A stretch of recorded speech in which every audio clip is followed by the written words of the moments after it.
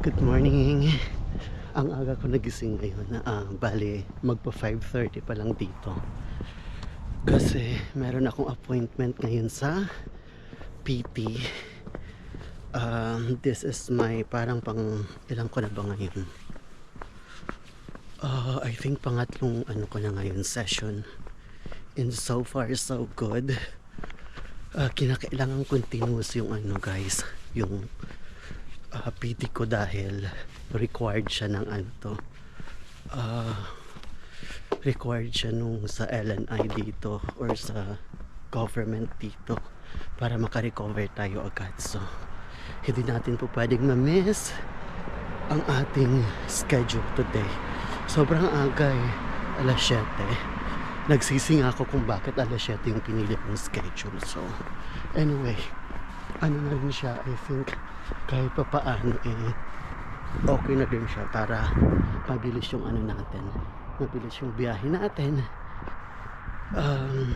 Kasi magbabas lang tayo papunta dun sa ano, sa clinic. So dito naglalakad na ako, ayan, naglalakad na ako papunta sa bus stop kasi ang schedule ng bus na nasakyan natin is 5:30. So it's already 5:29. Ano na yun, paparating na yun na bus. Tignan nyo, diba? Ano ngayon, Friday ngayon. And wala pang ano, hindi pa masyadong busy sa kalsada ngayon. Nilalamig ako guys. Naririnig nyo ba sa boses ko? Or naririnig ko at nahahalata nyo ba sa boses ko na nanginginig ako? Medyo ano kasi tawag dito, medyo mahangin kasi kung kaya't malamig siya. So ito yung bus stop. So andyan mo makikita yung ano, yung route ng mga buses and kung ano yung estimated time of arrival nila dito sa stop na to. Ayan. So either 43 or 48 ang sakyan natin, okay lang. So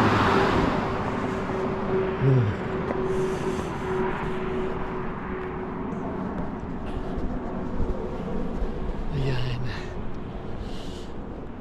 tawag dito, wala, mukhang madidelay yung ano, anong oras na 5:30. So 2 minutes pa bago dumating yung number 48 ng bus. Kaya't ano lang, saglit na lang yan.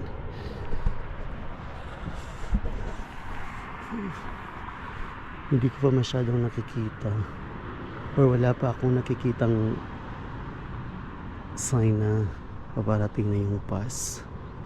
So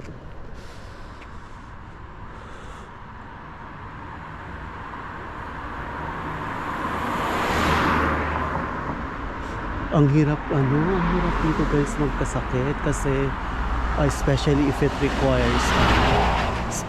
it requires talaga ng tawag dito mga medical treatment. Katulad ko, di ba, hindi rin ako nagda-drive. So sa mga ganitong pagkakataon mo marirealize yung importansya na nagda-drive ka or may sarili kang kotse dito sa Amerika.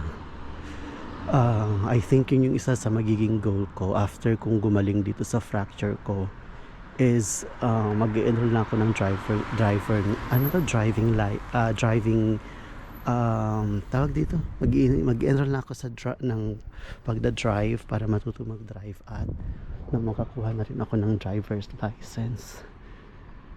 So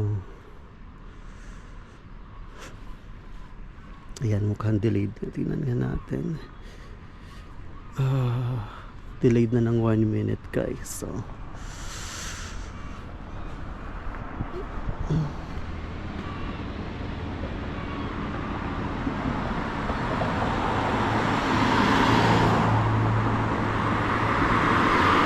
ayan na, mukhang ayan na. Hindi ko alam kung nakikita nyo pero ayan na, papalapit na, padating na yung number 48 na bus. So meron naman tayong meron ako ditong unlimited ride guys sa sa mga bus, train kasi provided ng ospital na pinagtatrabahuhan ko. So yun yung kinagandahan. Hala, ayan na yung number 40, dalawang ano, yung 48 tsaka yung 43 ayun, halos nagkasabay na sila. So kahit alin dyan yung sakyan natin, kare-kare lang.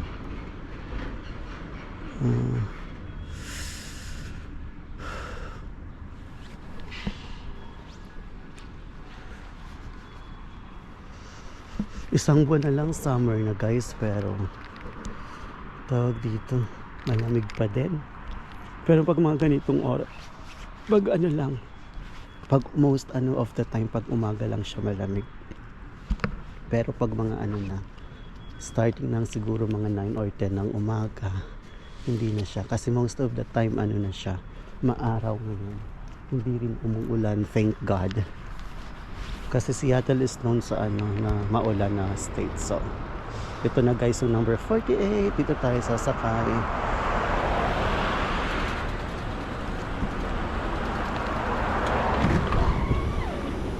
Morning.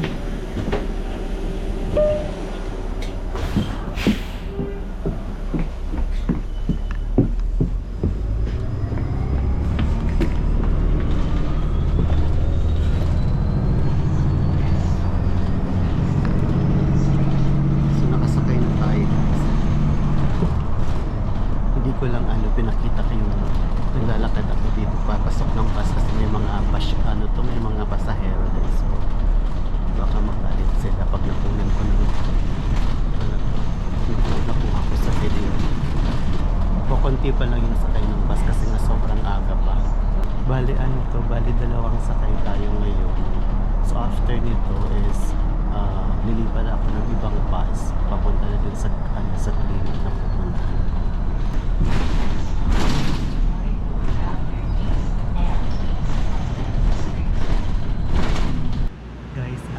Sakto. Ang perfect yung timing ko sa pagbaba din sa unang bus kasi pagkababa ko exactly dumating din to pangalawang bus na sasakyan ko sa clinic. So hindi na tayo nag-antay so, makakarating tayo ng maaga sa clinic and mas okay na yung kasi mag-check-in pa ako dun sa mag-check-in pa ako sa clinic and at least doon na lang ako mag-aantay. Hindi tayong lalamigan.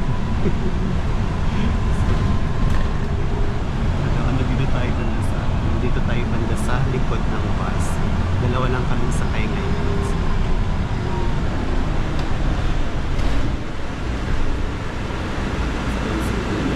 Dalawa lang ang sakay ng bus.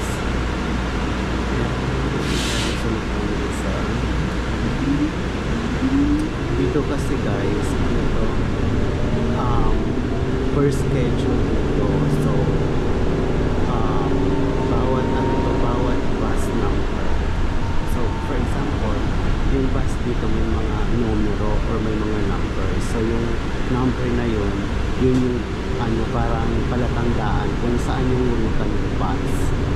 So pag mag-check ka ng schedule, yung number titingnan mo depende kung saan ka pupunta.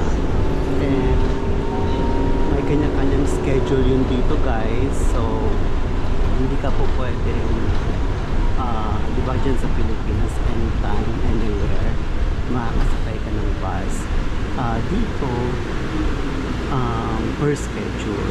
So pupunta ka talaga sa bus stop, hindi po pwedeng kung saan ka lang sasakay kasi hindi ka naman hindi ka titigilan at pagbubuksan ng driver pag wala ka sa bus stop.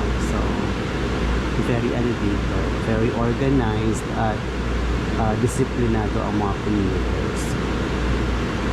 And ang kinagandahan, I think isa sa mga reasons kung bakit nagustuhan ko yung Seattle or dito sa Washington kasi maayos yung nila dito guys, maayos yung kanilang public transportation.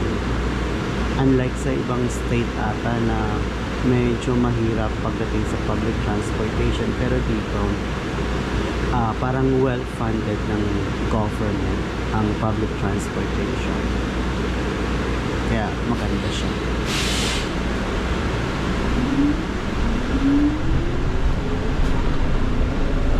So, siguro mga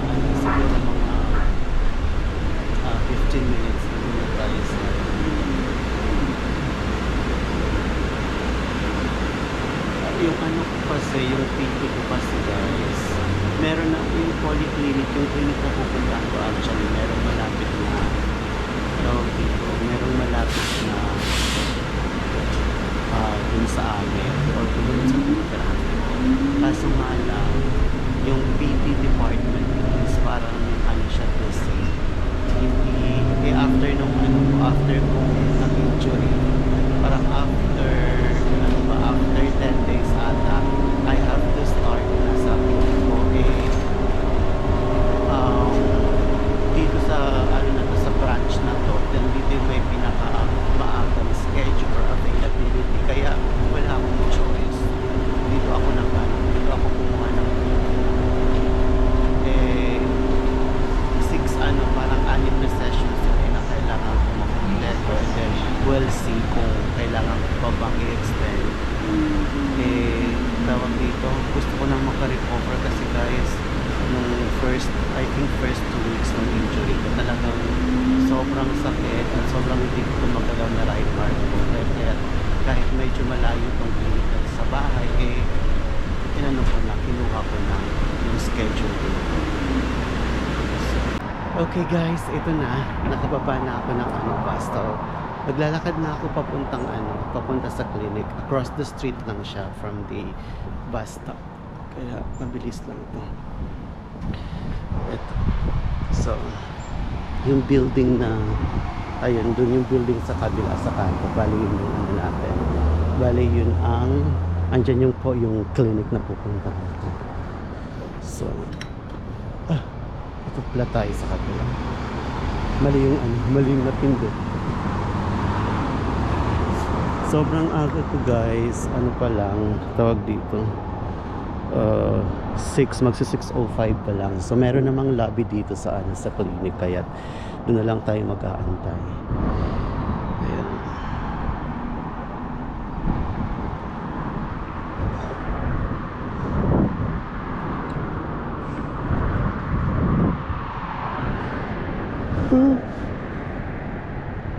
Inaantok pa ako kasi na 12 midnight na ako natulog kagabi, kaya halos 4 or 5 hours lang yung tulog ko.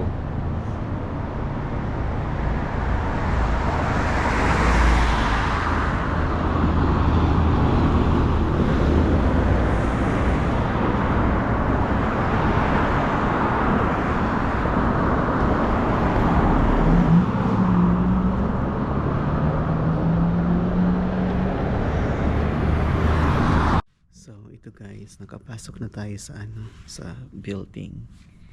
Buti na lang pinagbuksan tayo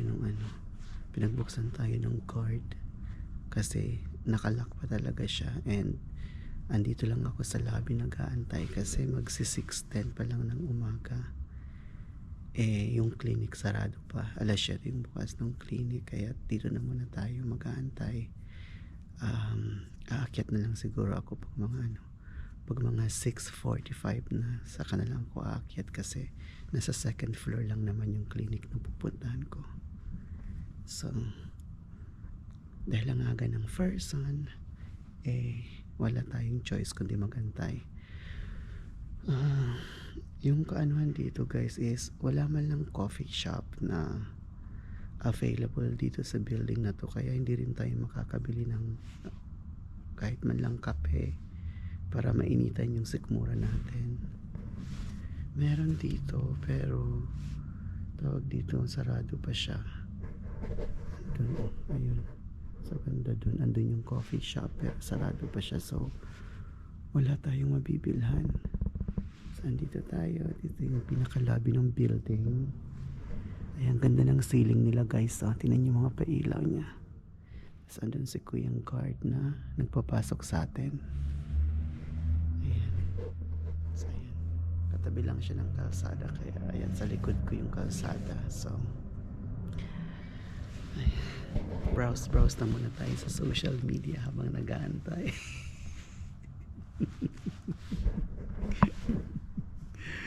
Ayun guys, naman kayo, mag-like naman kayo sa video ko or i-share nyo naman, and sa mga makakapanood nito, subscribe na kayo sa YouTube channel ko.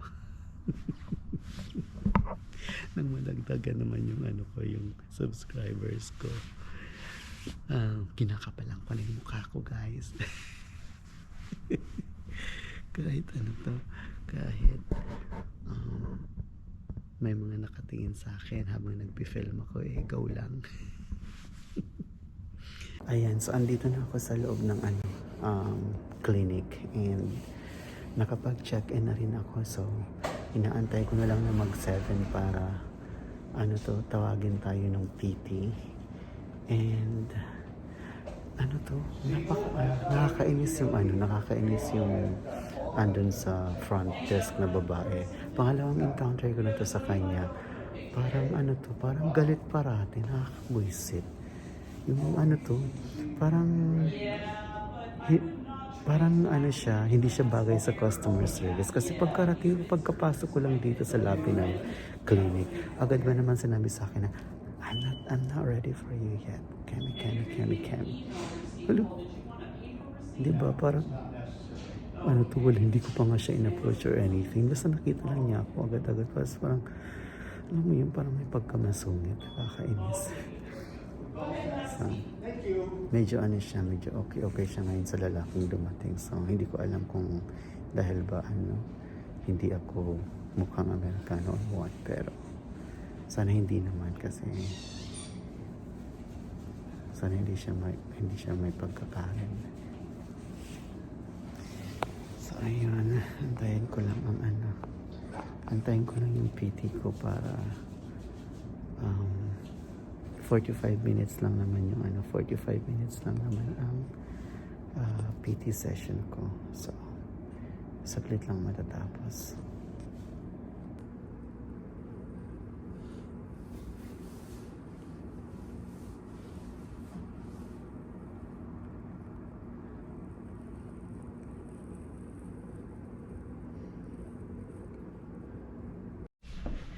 Alrighty, so ayan guys, I just finished my physical therapy and palabas na ako ng building. And good thing na hindi ako magbabas pa uwi kasi merong magsusundo sa akin. May sundo ang person, guys, so imimit ko lang ang sundo ko doon nasa kabilang street lang siya. So my PT, guys, is doing really good. So natutuwa yung PT ko dahil ang laki na ng improvement ko since yung first week ng injury. And yeah, I'm able to move my right arm ng maayos. And yung pain din niya is hindi na siya pabawas na rin yung pain niya compared nung as in first week talaga sobra. So bali sabi ng PT kasi nasa pa lang ako, 4th week pa lang to so hanggang 5th week parang same lang yung exercises na gagawin ko. And pagdating ng 6th week, so bali doon na magiging aggressive ang exercises ko.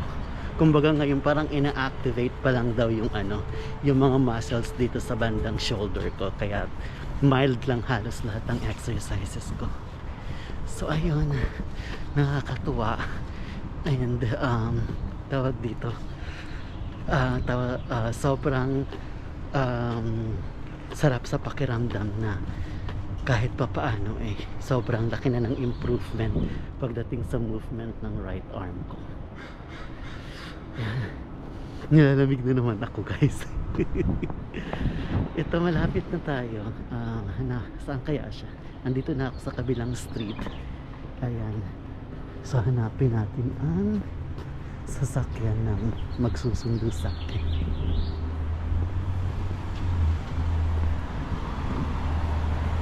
Asan siya?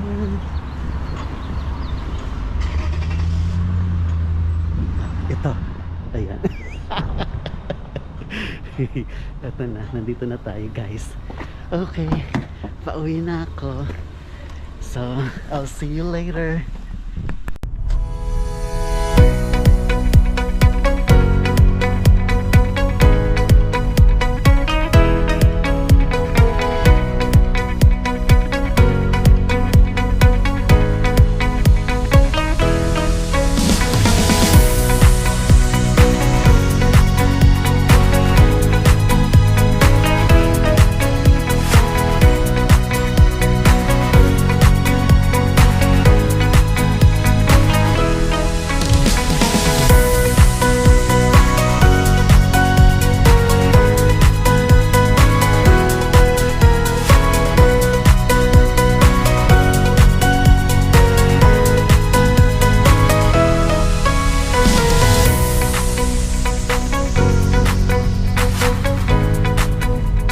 Okay guys, so andito na tayo sa bahay. Hindi na, na busy ako pagkadating ko. Kaya ayan, naka-change na rin tayo. So, hanggang dito na lang ang video ko guys. Kasi, aasikasuhin ko muna ang mga babies ko. Ayan, tingnan nyo naman. Oh. Sobrang sobrang ang laki na ng mga halaman ko, 'di ba? Yung mga seeds na tinanim ko. Halos lahat sila tumubo na. Andito rin sa kabila yung iba. And so bale, lilipat kasi kami ng bahay. Bali next week mag-move na kami sa bagong bahay. So which would be on the 25th. And siguro matatanim ko siya mga sa after na nun. So, kasi lalo yung mga sitaw, ang haba na nila guys. So, kinakailangang malipat na natin sila. Ayun, so thank you so much for watching sa video natin today. Please subscribe sa YouTube account ko po, and abangan po natin ang mga paparating po nating video. Magiging super busy ako sa paglilipat and other videos, and then pupunta rin dito si Mama by July. So marami tayong ganap guys. Thank you so much again for watching, and enjoy the rest of your day. Bye!